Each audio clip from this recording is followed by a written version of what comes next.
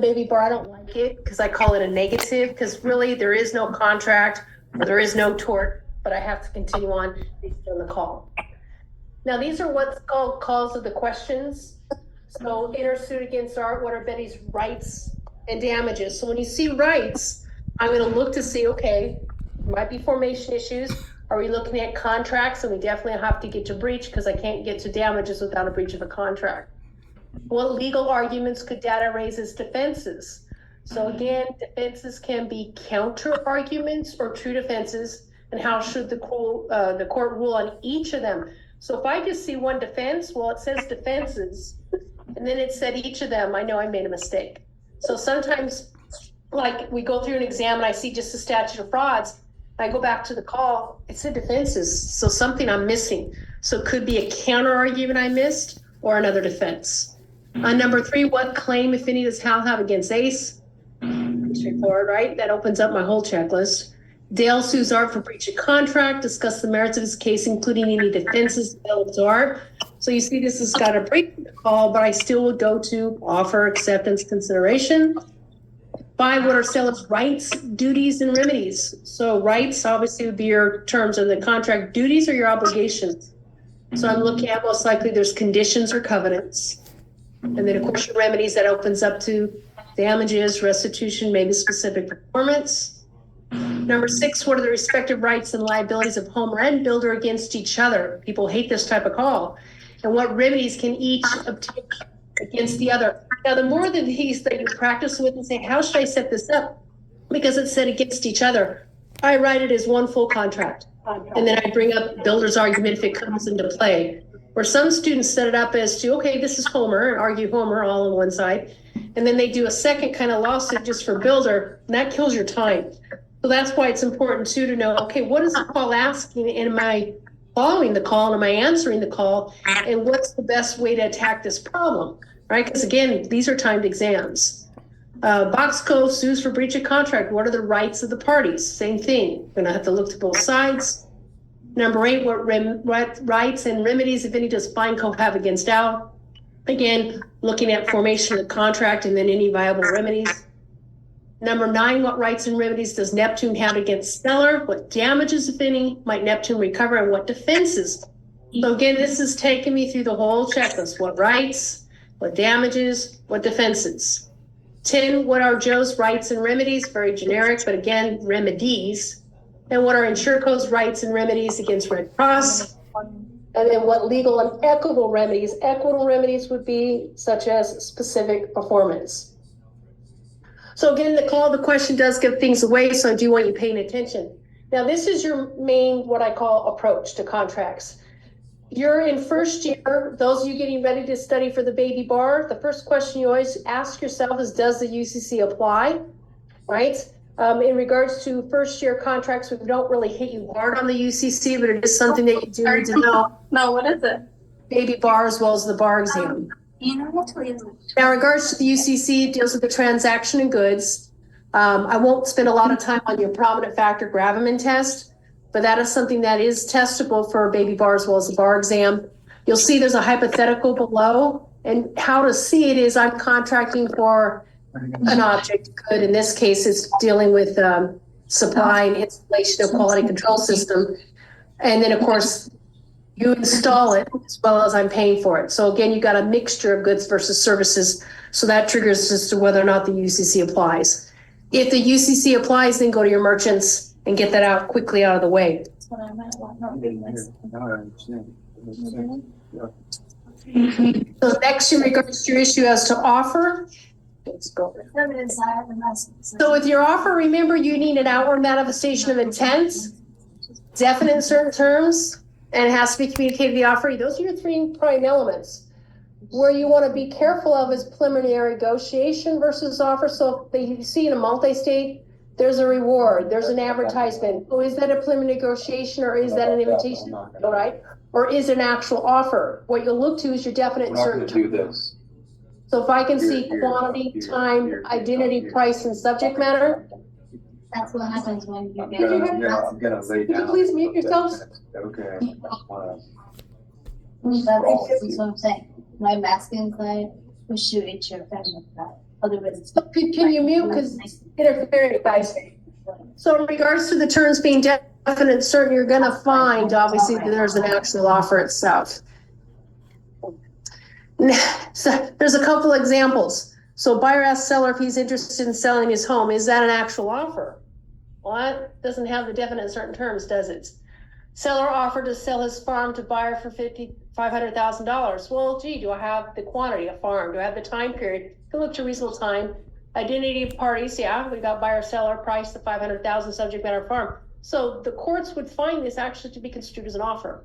Macy advertises all their suits were on sale for $250. This is an advertiser. So is that a preliminary negotiation, or is that truly an offer? And you need to know that two reasons. One, are your professor or the examiners playing with you and see if you understand the difference between a preliminary negotiation and an offer, and which way do I go? How do I know when I need to conclude that it's truly an offer versus a preliminary negotiation?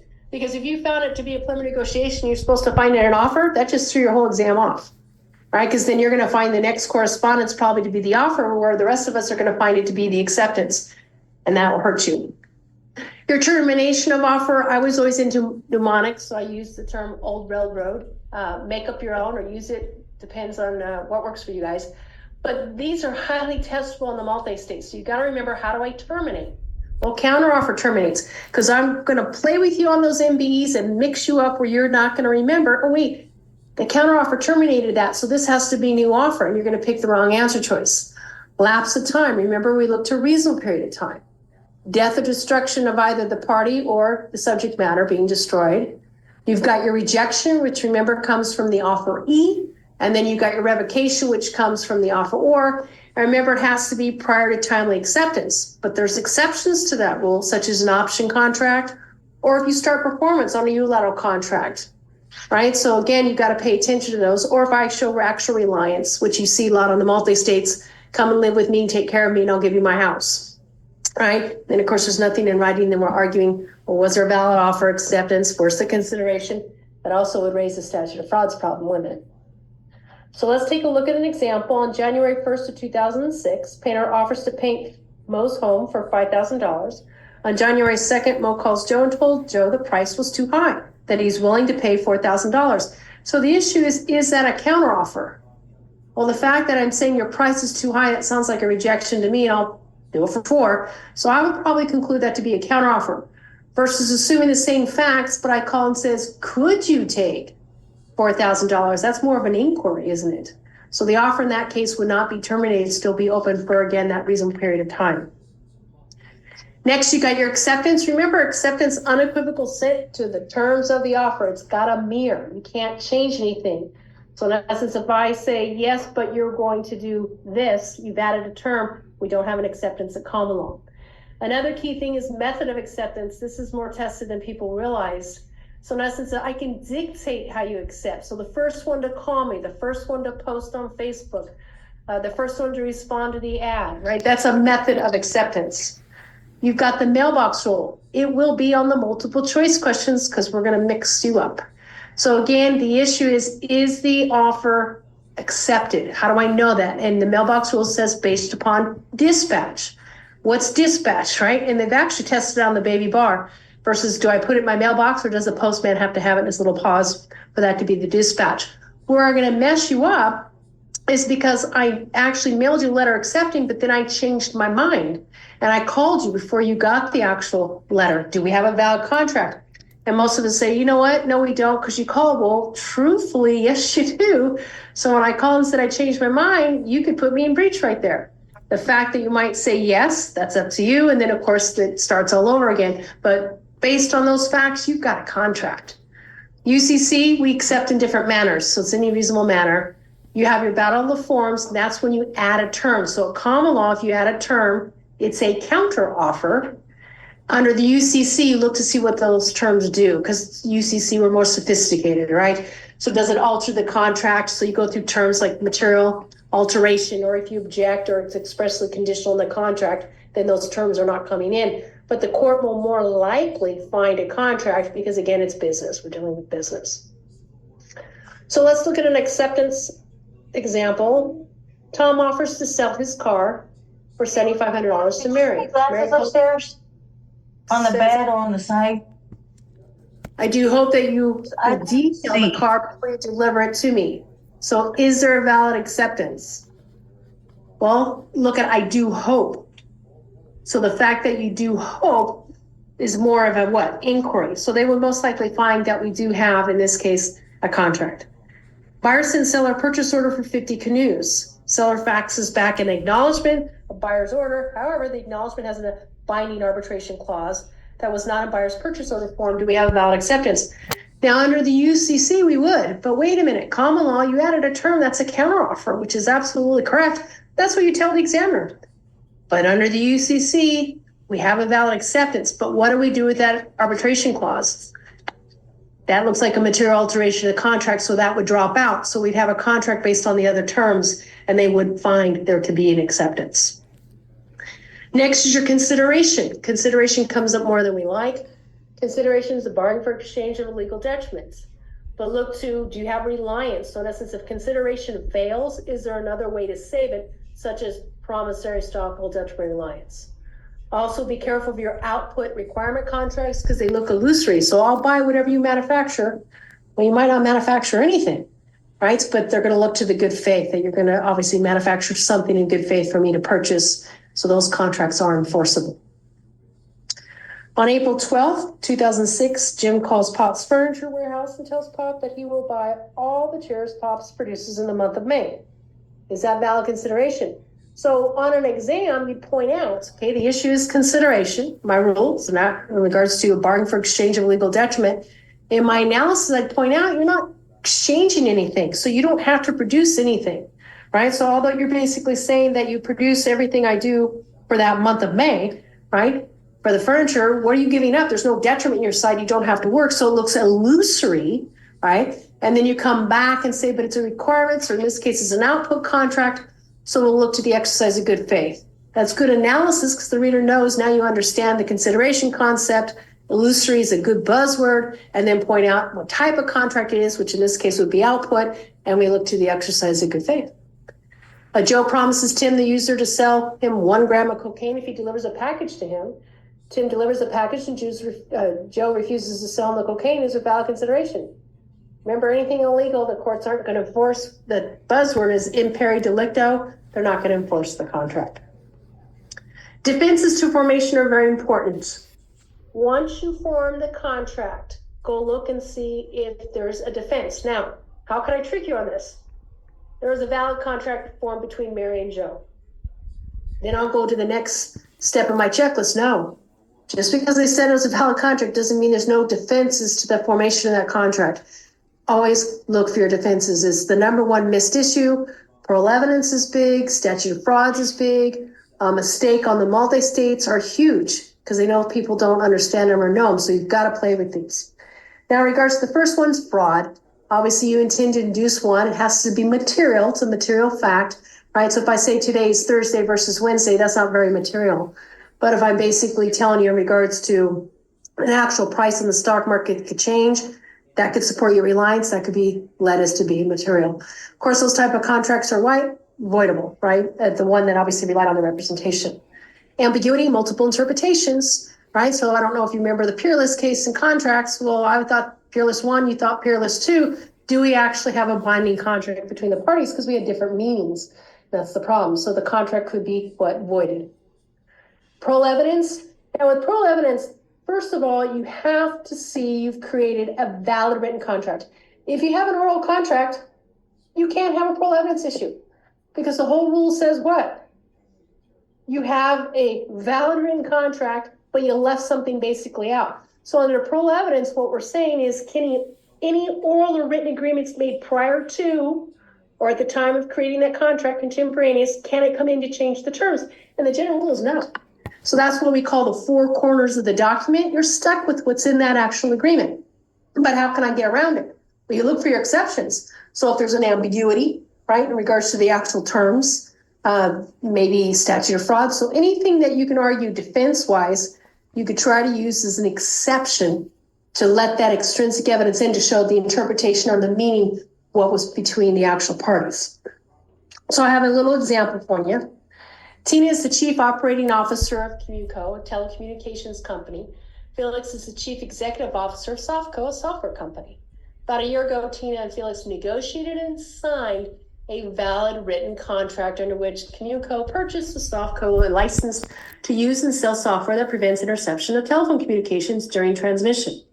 Throughout the negotiations, Commuco insisted that the license from Softco be an exclusive license for Commuco to use and sell the software in the national cellular telephone market. The only language bearing on the title subject in the contract stated that Commuco shall have the use of the software.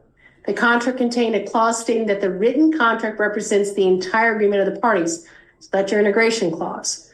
Tina was given oral assurances by Felix that the language quoted above would be interpreted by Softco to mean that Commuco was granted an exclusive license that Softco would not license software to others in the national cellular telephone market. Softco is currently selling software to competitors. Tina has sued to stop the continued sales.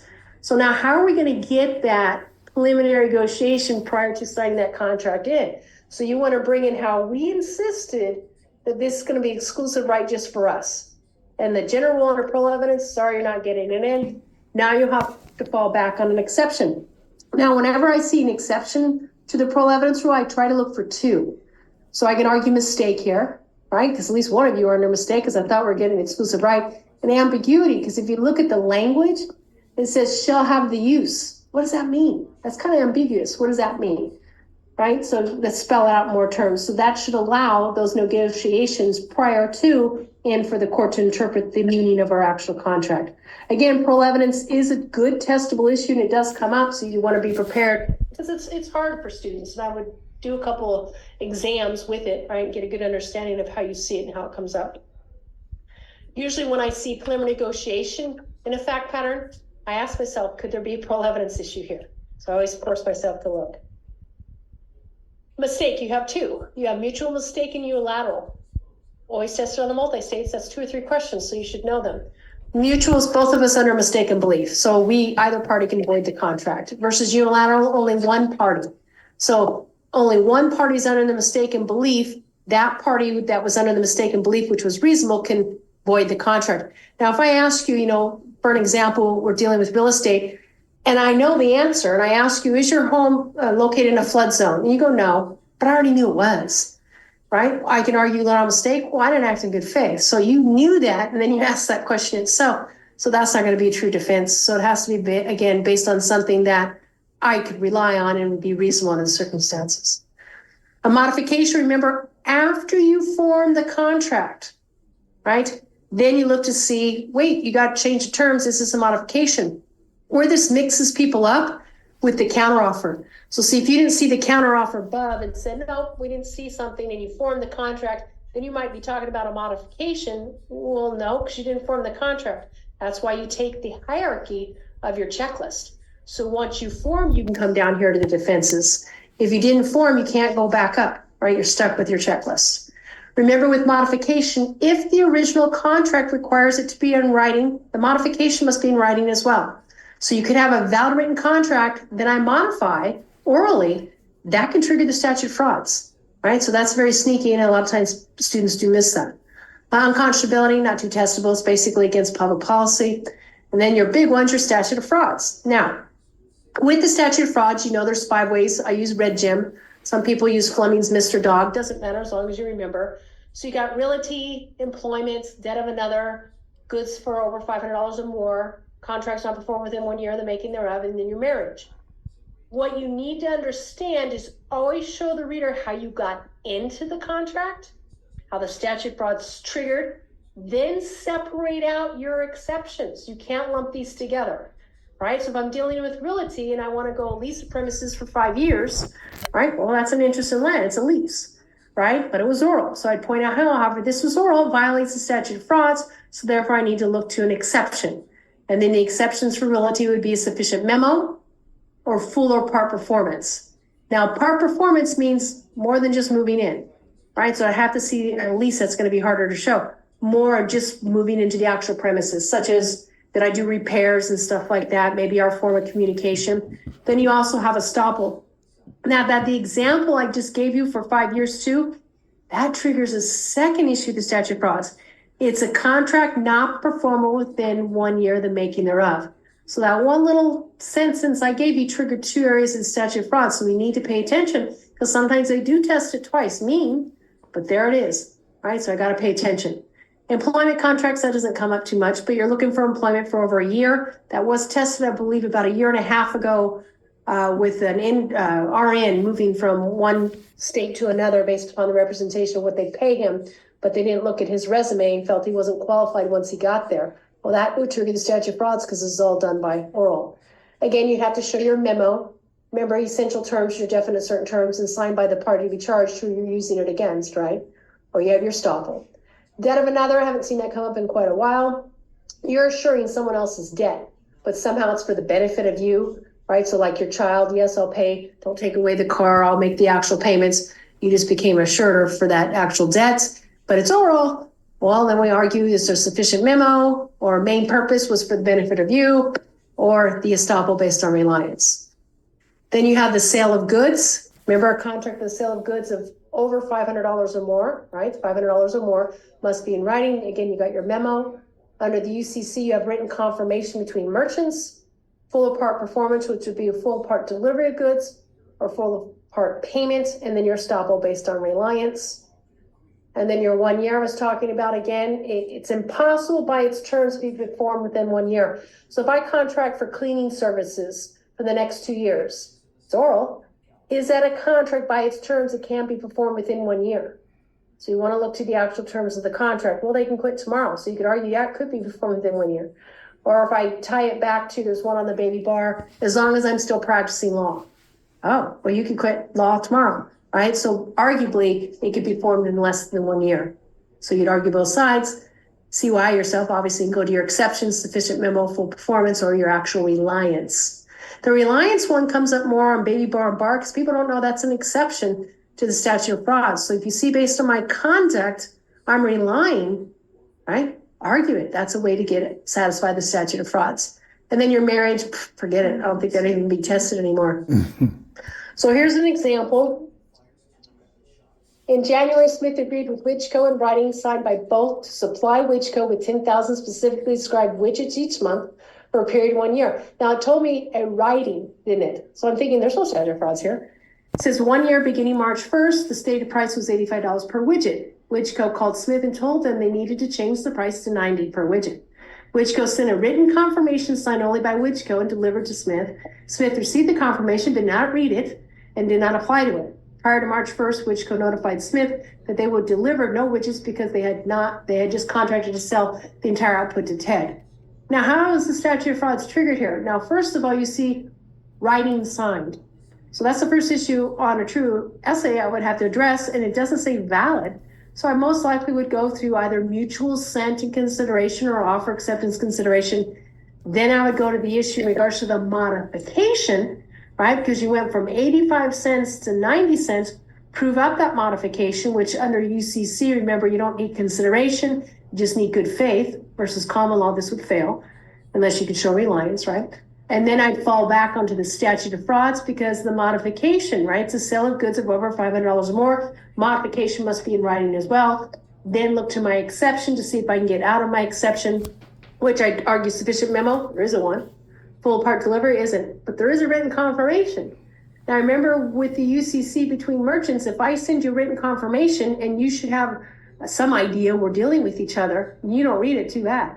Right? Because again, UCC is sophisticated, right? So basically, if I can show that written confirmation, that would satisfy the statute of frauds.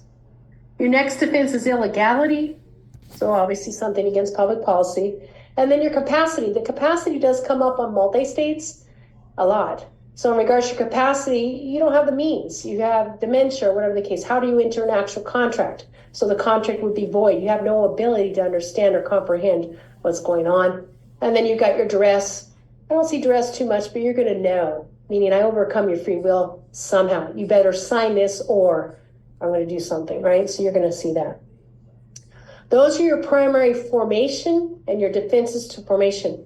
Those are highly testable, again, on the essays as well as the multiple choice. So you should start practicing them, getting to know them, because they always come down, right? Something that they, again, always ask, so I might as well be prepared.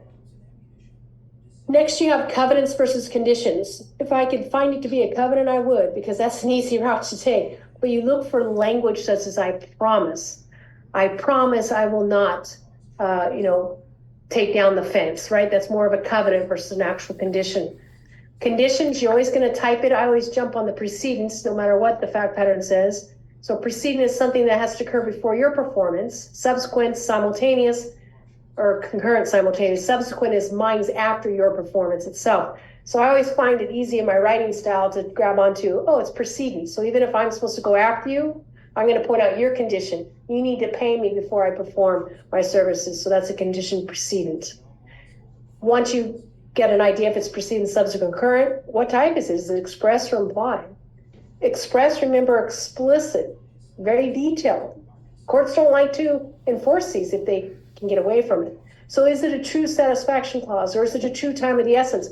I want this done by the 1st.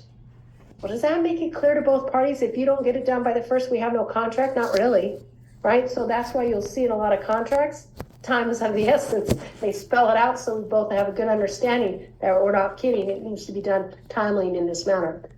You're implied in law. That's what we look to the contract. A lot of us go out there and contract every day, right? I want someone to come and paint my house. So basically $5,000, you're going to paint the exterior of my house. What's the condition? Well, you paint before I pay. Okay. But now let's say they drop paint, step on my plants and destroy things, break the sprinklers because they're standing on them, putting ladders on them. Well, now I'm upset. Well, it doesn't say in the contract they can't do that, right? But it's implied what? Well, in this case, you'd argue implied in fact that they would act in good faith and work like manner, right? Not to do that. So even though I didn't put it in the terms of the contract, that's implied. Now, with an express condition and implied in law, those are the only two you can excuse. You cannot excuse implied in fact with the excuses we have listed below. So either you do it in good faith, workmanlike manner, cooperation, or you don't. Versus the expressed or the implied in law, we try to excuse your performance. When you see these triggered, look for more than one. So I use I swim for Dave W. So is there impracticability? Becomes impractical. So something that is unconscionable you're forcing me to do. So if I contract for something, let's say in regards to repavement of the highway, and then the prices have soared so bad that it's going to cost me $1 million to do the highway versus any money you're giving me, that would be unconscionable. So it's impractical for me to perform. Substantial performance. Now, the hints here, you don't ever tell this to the reader, look to see if the contract's 90% performed. If it is, this probably is at issue. It does not ever work for an express condition. That's a no-no. So don't ever bring it up and don't ever tell me it doesn't work for an express condition because the reader might not read it in docu-points because you brought it up. With an implied in law, right, can I show substantial performance? Well, you got substantially what you bargained for. We can reimburse what you didn't get. And the deviation wasn't willful. A lot of times how's this tested? You contract for the building of a home and you picked in regards to specifications. You picked what kind of tile you wanted and the roofing. And now it comes down to it that I can't get that tile, right? So what do you want me to do? There's nothing I can do about it. Everything's done but the one tile in the bathroom. So I put in a substitute tile. Or I'm going to argue it's substantially performed. Well, you're upset it's not the same tile you actually wanted, although it's close, right? It's not the one you wanted. Well, should I basically be able to not be paid under that contract? And the court's like, wait a minute, you did substantially performed and we can offset. How much is it to get your tile and do it the way you want it from another contractor, right? So most likely they would enforce that contract. You got a waiver, giving up your right under the contract. So same thing with the tile. Told you, you said no problem. It looks close enough, go ahead and put it in. I would argue that a waiver of my performance. Impossibility, subjectively impossible. No one can do it, right? So like when COVID closed everything, right? No one can perform, everybody's locked down. So it's impossible for me to perform. That would excuse my performance. Remember, it has to be objective. Nobody could do it. So if I couldn't lecture today, I would argue impossibility and I'd lose because Associate Dean Trestiger can do the actual lecture. Somebody else could lecture on contracts. A modification, which what we did up above, right? So you changed the terms. So I didn't have to do that performance. Frustration of purpose. The key thing there to remember, first of all, your purpose has to be known at formation stage, and then you have an unforeseen event, right? So your purpose has to be known and then it's destroyed. So if I contract, well, prime example, because of COVID, I was taking horseback riding lessons for a year because I thought I was going to be in the Rose Bowl parade. Well, they canceled it. Well, that destroyed my purpose of the contract. That's the only reason I'm learning how to ride a horse, so I can be in that parade. So frustration of purpose, as long as I disclose that, the time of entering that contract, the one teaching the horseback riding lessons, my purpose would be frustrated, I'd be excused. Occurrence of a condition subsequent, I've only seen that come up one time in 30 years, that you perform out of turn. So wait a minute here, meaning I performed mine already before you, so why are you complaining? My performance is excused because I went first, even though I didn't have to. Rescission, remember you go back to undo the contract. So based on some mistake or ambiguity or fraud, we rescind it. So I have no performance. Divisibility, good for multi-states. People don't understand divisibility. With divisibility, remember the contract can be divided by price, unit, and you didn't bargain for as a whole. So installment contracts, are those divisible? No, they trick me. Why? Well, I contracted for you for each month you're supposed to deliver this much meat to my restaurant. Well, we could divide it by unit, we could divide it by price, and you do it in each month, but I bargained for the year. So installment contracts are not divisible, so look to the terms of the contract. So am I really bargaining for as a whole, even though I say I want you to paint this house, the barn, and the garage? What are the terms of the contract? If it's bargained for as a whole, it's not divisible.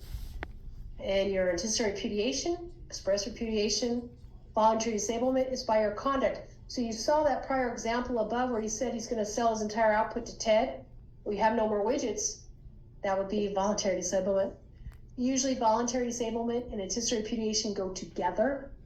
You have your estoppel based upon your reliance, and then wrongful prevention. I don't let you perform, I stop you somehow.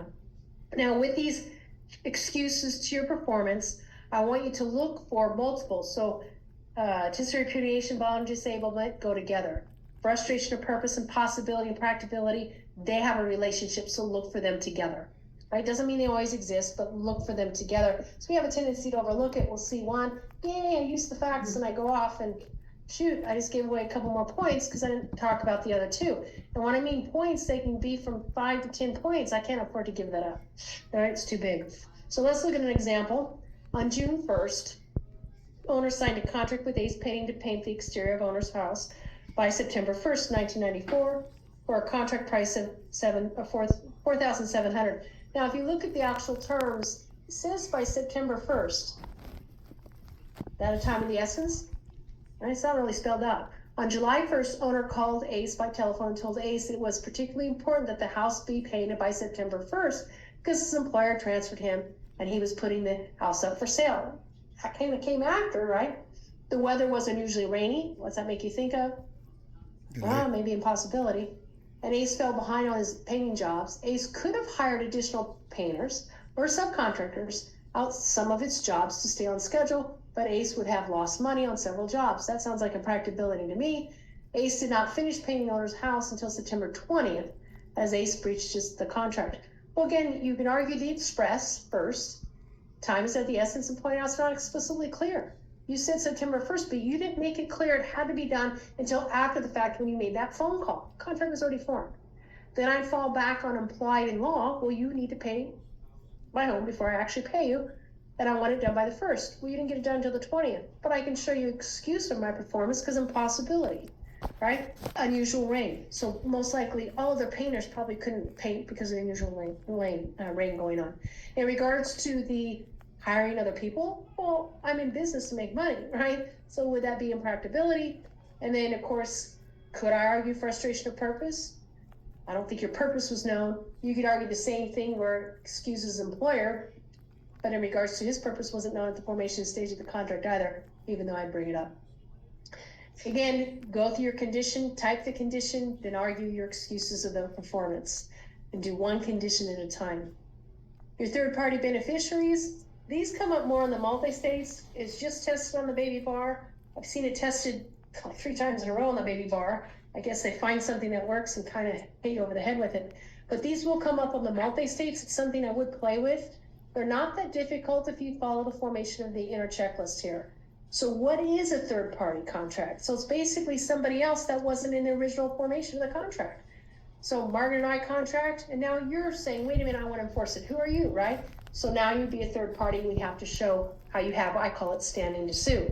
You don't need privity, but at the time of the original contract being formed, those parties had the intent to benefit you somehow. So somehow you were in our communication. So if I basically enter into a contract to purchase a condo because my daughter's going to be going to school here, right? And I say my daughter's going to be living in this premises. Now she wants to sue because you're breaching the contract. Well, at the time of formation, did we have the intent to benefit her? Yeah, because that was going to be her place of residency. Then classify, is she creditor, donee, or incidental? Obviously, she'd be donee in that case. She's receiving a gift. Did the rights vest? Well, did we have notice and assent? So did I tell my daughter, I'm buying this for you to live in during your time in college? That would be notice and assent, right? And then she has the standing. She steps in my shoes. And that means any rights between the parties. Now she's acting kind of like me, right? Well, she's standing in my shoes. And then we can go back to the original contract, make sure it was formed properly. Is there a statute of frauds argument or anything like that, that both parties can bring up against each other? So it sounds like a hard concept, but if you just break it apart, it's really not that bad. The assignment delegation, the trick there, the multi-states, they'll use the term assignment all the time. Your job is to determine if it's an assignment and a delegation. Could be just an assignment, could be just a delegation, but they're never going to tell you. They don't use the term delegation. I don't know why, maybe because they were trying to trick me. They'll say Joe assigned, and they'll tell you the terms of the contract that, here you do all the work and have the money. Well, that's an assignment and delegation, right? So you want to look to an existing right to transfer. It can't be something in the future. You don't need privity. But is the right assignable? Is it too personal in nature, prohibited by contract or law? Remember, the courts like the freedom of assignability. So if it's prohibited by contract, the courts probably turn a blind eye to it, right? Probably not prohibited by law, but prohibited by contract, yes. So it doesn't mean you're not in breach, but they might enforce the assignment anyway. You don't need privity. And of course, it has to be an existing right. And then again, you step in the shoes. You have the same rights as the assignor. And then your delegation, remember that's an obligation. So you're delegating your duties. So again, you're looking to the transfer of whatever obligation on the contract. It could be payment, it could be doing the physical work, right? You're looking to, is it delegable to personal nature, prohibited by contract or law? Was there an assumption? Now, the key there too is to look on the multi-states, was there an ovation? But those are hard to hide. So you have to know, you're aware I'm substituting this other party in the contract, right? So I have to be aware. So it's kind of like somebody who has property and they own a lender, and then you do a contract sale to Mary.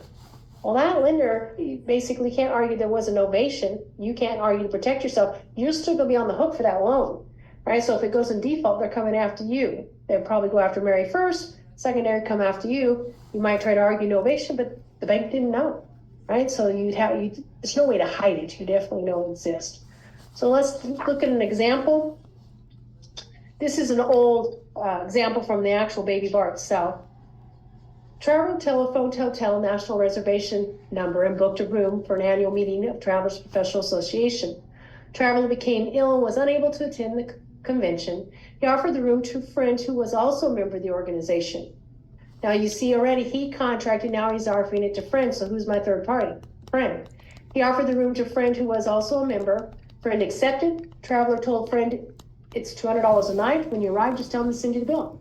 Friend registered in Traveler's name, so no hotel what? Has no knowledge, so how do they have notice and assent, right? Because he didn't want to risk losing the room and occupy the room for 10 days using both the bedroom and the living room at the end of the hotel stay. And they sent him a bill for $2,000 to Traveler. Traveler has refused to pay the bill. What rights, if any, does hotel have against friend? Wait, hotel contracted with who? Traveler. So how did friend get in the picture? This is your third party, right? So what you're actually going to map out is that we had hotel and we have Traveler into the contract. What did Traveler do? Traveler actually assigned and delegated his obligation or the terms of that agreement to friend. And now how hotel's going after friend is a third party to that assignment and delegation. We call that third party beneficiary through the back door. Very tricky, very hard to see, but you have to take a step back, and I usually kind of map it out. Wait a minute, the first contract was Traveler Hotel. How is hotel going after friend? Well, Traveler assigned those rights under the contract to friend. That's how, so that'd be through a third party beneficiary. Next, you have your actual breach. You have your general breach, insistory breach. You do see these on the multi-states. Insistory breach is you repudiate. And the key thing there is the contract in executory stages. That means no one's performed, or one of us have not fully performed. If we started performance, that's different, but neither of us have started performance or fully performed. So if I just start and you don't, it's still in executory stages. If I complete my performance, it's not in executory stages anymore. You have to what we call wait and see. The other thing I threw in there, so when you get to your UCC or study for baby bar, look to your UCC warranties, which there's your implied merchantability and fitness, which it's nice, they match the ones you learn in torts, so that's helpful. And then you have your remedies, which you have your damages, general, special. Remember special damages, that's your Hadley versus Baxendale, very well-known case. It has to be what? Foreseeable at formation stage. Can't be too speculative, right? So if you're losing profit from something I didn't do, I have to foresee it. So a prime example they use, I didn't get the freezers that you're supposed to install in my store for my grand opening for my meat market. So now I lost all this profit. Speculative. How do you know what you just sold, right? So even if I told you that prior to, and at the time of forming the contract and you didn't fulfill it, how do you prove your damages? It's too speculative. You don't know what you'd be successful at because you're a new business. Now, if you had a track record, that's a different story. And then we have your liquidated, I don't see that tested too much, your reliance. And then you got your rescission, restitution, reformation, basically is undoing the contract based on a mistake, putting it back to what we contracted with. And then your specific performance. And I wouldn't worry about that for your first year, but when it comes to baby bar exam, specific performance is highly testable, right? So it is something you do need to know. They just keep branching out more and more areas. Also, for those of you getting ready to take the baby bar, we're still on hold mode here for the state bar as to whether or not it's going to be multi-states for this up and coming June or not. And we should find that out was in March 15. So we will keep you all posted. All right, so let's take a look at an example here. This is a baby bar question. Remember, you're going to always IRAC, issue, rule, analysis, conclusion, one issue at a time, right? So you've got to break that apart. The IRAC is very important because if you're not explaining to the reader how these facts support the elements, you're just regurgitating or retelling the story. It's not worth anything, right? This is where your burden is, of your proof that you're showing it does exist, okay? So the first thing I always want you to do is read the call of a question. Carl sues Xena for breach of contract. Pretty generic, right? But I do know it's contracts. Xena placed an advertisement in a local newspaper. So when I see advertisement, I'm going to be thinking preliminary negotiation versus offer right off the bat. So probably have to talk about it. But am I going to go preliminary negotiation, talk about and analyze it, then a separate head note of offer, or am I going to lump them together? How do I know what to do? If I can see the certainty of terms, then I'm probably going to lump them together because I know I'm probably going to outcome my conclusion as to be what? An offer. Now it says, wanted someone to clean my 4-bedroom, 4-bath house, 2,500 square feet, once a week for the next month, pay $35 per hour. No interview or reference is necessary. The first to apply will be accepted. She included her phone number. So looking at it, was it really an offer? So do you have the quantity, well, her house, 4-bedroom, time period, once a week, identity of parties, whoever's reading the ad is Xena, price, $35 per hour, subject matter is cleaning. So it looks like the terms are there. So I will conclude that this is an offer. You notice it also says the first one to apply. That's a method of acceptance, right? So the first one to apply will be accepted. That's her dictation of method of acceptance. Carl called her the next day and said, I accept on the terms you've offered. So now remember, we just had an offer up above based upon the certainty of terms, didn't we? He called and accepted. Do we have a contract now? I think we do. And it says, Xena said, you should know that there was a mistake in the advertisement. Now remember, if there's a mistake, right, and he's unaware of it, right, he's the one that gets the right to void the contract. But this is what I didn't like about this exam, because it says there was a mistake. The pay will be the same. You're paying me by the hour. But my house is actually 3,000 square feet, so what, right? I mean, I don't understand. They could have written this a little bit different. But you're paid by the hour, so how does that really have any change? It doesn't. Then Carl says, let me think a moment. So if he's saying, let me think a moment, well, if we found that we really have a contract, but, we'll give some wiggle room, maybe this is a new offer, is he rejecting that? Let me think a moment. That doesn't seem to be terms of rejection. Xena replied, I have a call on another line. I'll call you right back. When she called Carl 2 minutes later, Carl said, I agree to clean you on the terms you described. I should say your. But an extra 500 square feet does not matter to me. So now there's an acceptance. If we found the first one didn't work, except one that she changed, right, to the new offer did work, he's accepted. Zena told Carl, I'm sorry, but I've changed my mind and I think I'll do my own cleaning. So that's a revocation, but now the issue with the revocation isn't timely, right? So you've got to pinpoint based on the facts, what elements of the particular issue are they putting at issue and break that apart. Does that make sense? So let's look at the actual answer. You'll see, and this is why you look at multiple questions. Why? How's it going to help me? One, how to see issues. Two, how to do shortcuts. Because you'll look at another exam I've read and it'll say preliminary negotiation. It doesn't say preliminary negotiation versus offer because it's quite evident it was a preliminary negotiation. So the next step would be offer versus in this case, you gave me the certainty terms. So I'm gonna let the reader know preliminary negotiation versus offer save my time. Right now, if you separated them out, that's fine. I'm worried about time in regards to getting through the examination. So you see, I tell you what a preliminary negotiation is and what an offer is. Then I bring up in regards to the actual advertisement. Generally, advertisements are construed as what? Invitations to deal, preliminary negotiation. Then I go to how she stated in her advertisement, you know, that shows her intent because she wants someone to clean her house. I spelled out the terms, the 2,500 square foot, 4-bedroom house. 1 week is the month, is the time period. Zena and the reader is the identity. 35 per hour is the price in the house cleaning subject matter. So the terms are specified. Right, so therefore we're going to construe this to be a valid offer and conclude there's a valid offer. Now, next is your acceptance. And this is again where examiners would test, do you really understand the law? So when he called and says, I accept your offer, that's an unequivocal assent to the terms of the offer. It's mirror image. We have an acceptance. When she said, wait a minute here, I made a mistake, right? It's 2,500 square feet. It's actually 3,000 square feet, right? Is there no acceptance? Well, there really is an acceptance because he said, I accept your offer. Done. Right? However, assuming that, and then I continue in the exam. But see, sometimes we write what I call the negative to see, do you really understand? Because I find we've got a contract. The fact she said, no, there's a mistake, let me call you back. Now the issue was a new offer created for the $35 per hour for the 3,000 square feet. Again, you have to break apart and show her intent. We got the same definite certain terms, and obviously he's on the phone, so it's communicated. So there's new offer created. When Zena stated this to Carl, he says, oh, let me think about it. Well, look at your rejection. Are you rejecting your intent that you're not going to take it? It's not clear. Let me think about it. It's not an avid statement to show your intent. I don't want anything to do with your offer, right? So I find the rejection doesn't work. Then the acceptance, when she said, you know, the new square footage, let me think about it, and then I'll call you back. When she did, he said he agreed to the actual cleaning, right? So there's another acceptance. It's a mirror image. It's not equivalent percent to the terms of the offer. But then she said, I'm going to do my own cleaning, so that's your revocation. So I have to bring up the revocation, and the issue with the revocation, was it timely? And no, it was not.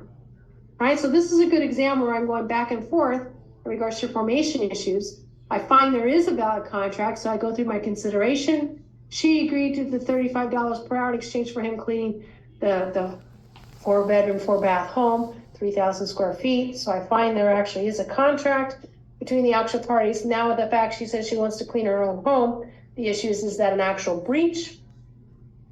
Well, what can we argue? Mistake. But what's the mistake? And that's what makes it hard. She would argue there's a mistake in the terms of the contract. But all it is 500 square feet and you're paying what? By the hour. So is that really enough of a mistake based on your misunderstanding that we should be able to void the contract? No. Right? Because again, if it was a flat rate, maybe I'd have a better argument, right? If she quoted I'll pay you $200, and yet it's 500 more square feet. But based on the hourly rate, I feel the mistake won't work, so you go to your breach, and then your general damages, which would be the expectation in the terms of the contract, which would be the $35 an hour times how many hours do you think it'd take in regards to cleaning the home. Right, any questions on this? So there are lots of these questions on TAF's websites. You go to the Students Resource Center and go to the Students section. So we have quite a few baby bar exams up there with TAF model answers for torts, contracts, and criminal law. The classes that we do, which we do have contracts, multi-state tonight, those are up there too for you to review and go over. The more exposure, I mean, anybody who goes through law school can tell you, the more exposure to get as to how the concept's tested and how I give it back to the grader, how I give it back to the reader, that's gonna help you, that's gonna breed your success. So if you're taking a final exam and seeing it for the first time, oops, that's too late, right? Or if I get a final exam and I can see the issue, but how should I write this? Bad mistake. I gotta go in knowing. What your job is to go into an exam is, I feel comfortable with the law, I know what to say about it. All I have to worry about is reading the facts or remaining calm to understand what the facts are stating to me. Everything else I know, right? Then of course, when you read the facts and the issues come up, you know what to do with those actual issues. Remember with contracts, checklist oriented. Take it in the order of your checklist. So if you form that contract, don't go back up, right? It's gotta be something below that checklist. So keep it in that order. All right, any questions? No, ma'am. Go ahead, please. No question. Oh, thank you. Are there any first year law students on here that would like to be a part of a study group? No. Sure. I think so, Yes. yeah.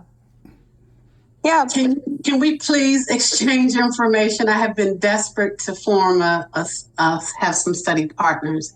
Then Shadow. I will put my information in the chat area. Yeah, Renee, that'd be good.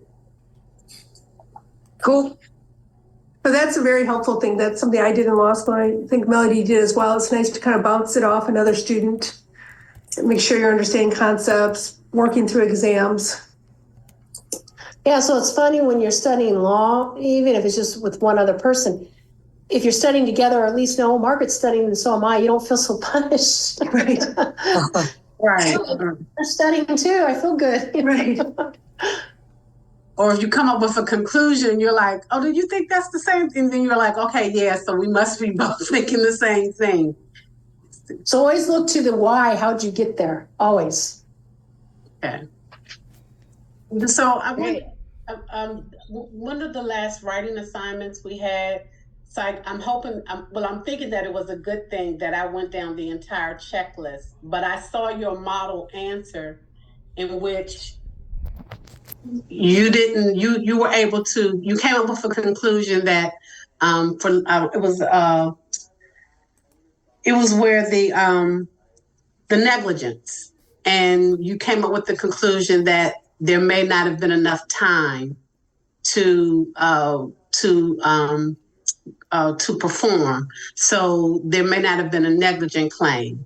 So I guess my question is, if you go through I went through the whole entire checklist for that negligence claim, and I wrote on it, and I received credit for it, but I noticed that you didn't go through the checklist. Am I making any sense?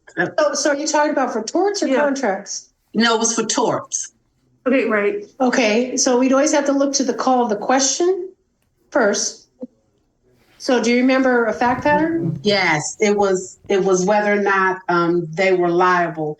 It was, oh shoot. I'm sorry. I should have had it pulled up.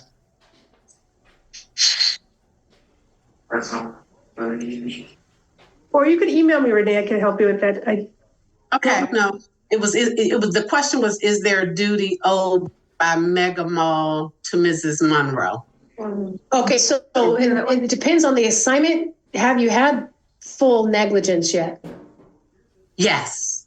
Okay, because that call seems to me it narrowed me just to the duty.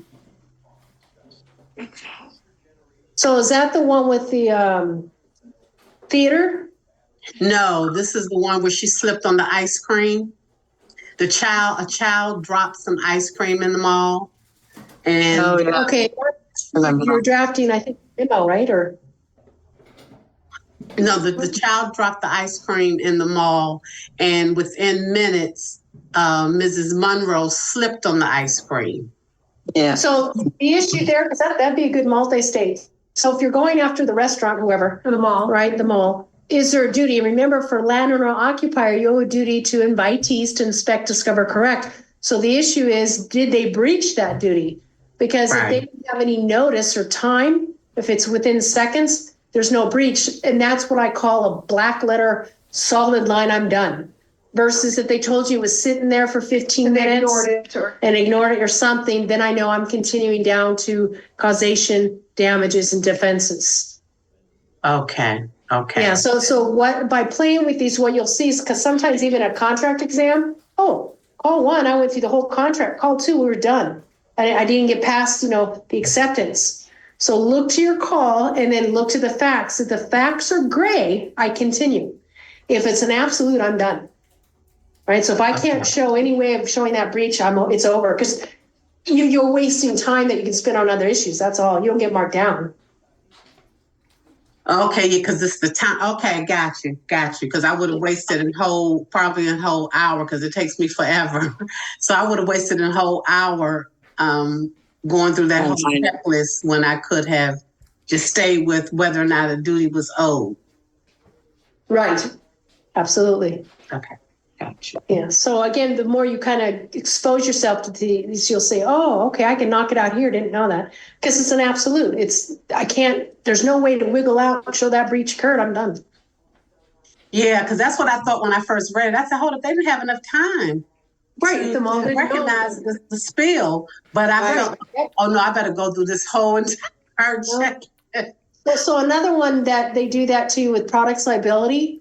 So against Okay. like a grocery store, and you bring up negligence, and let's say you buy milk that's contaminated, you take it home and you drink it, you get sick. So now you're suing the market. Well, negligence, you go to duty. Okay, you have a duty to what? Inspect, discover, correct. But I'm the retailer. So it's a sealed container. So what am I supposed to do? Open up, drink it before you buy it? No. So I didn't breach, done.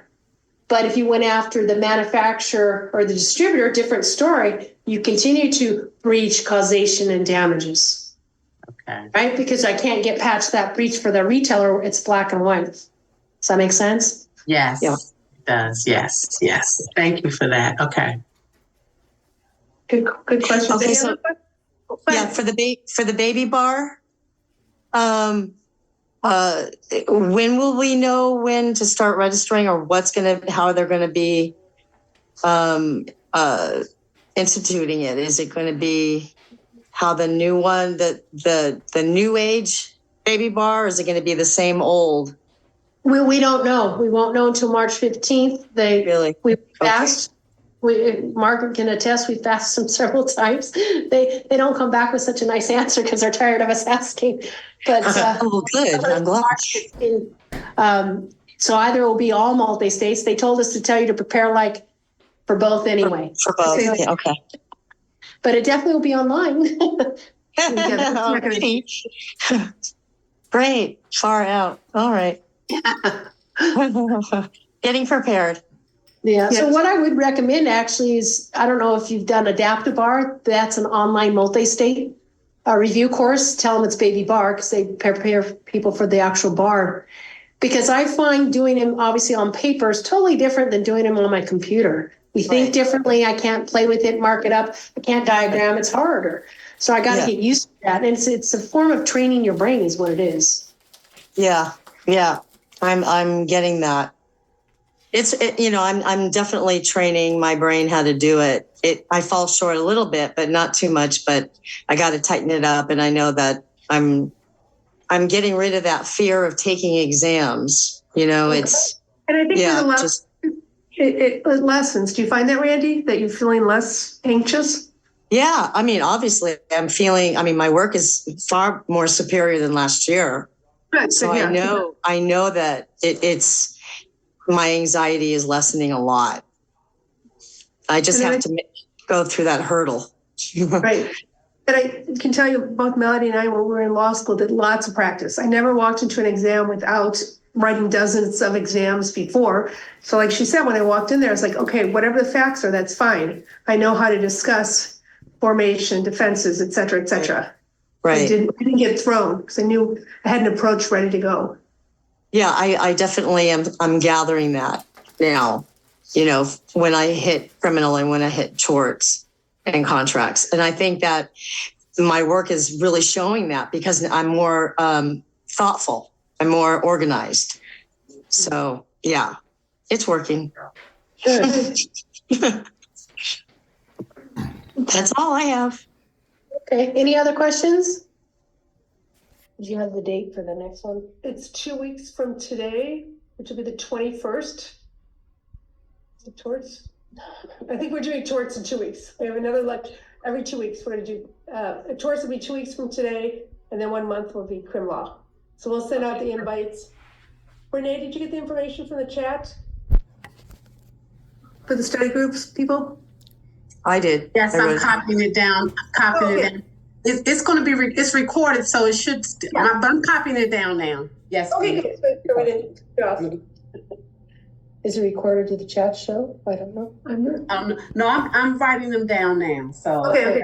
Well, I wrote them down if anybody needs them. So Oh, thank you very much. Okay, and so what I'll do is I'll send out a group chat, and then that way we can all come up with a day and time that'll be good for everyone. did you want emails or phone numbers? I can do the phone numbers for now, and then Okay. we can because I think with Zoom, can you use phone numbers, or do you have to use? We'll find out what. We'll figure it out. Yeah. Cool. Okay. All right. Thank All right, you. Participate. Thank Have a you. good rest of the day. We'll see you in 2 You weeks. too. All right. Take care. Thank Bye-bye. you. Bye. Bye bye. That's up. Take it, Jacob. For what? Oh, so That's her contact. So we just Oh. stop share.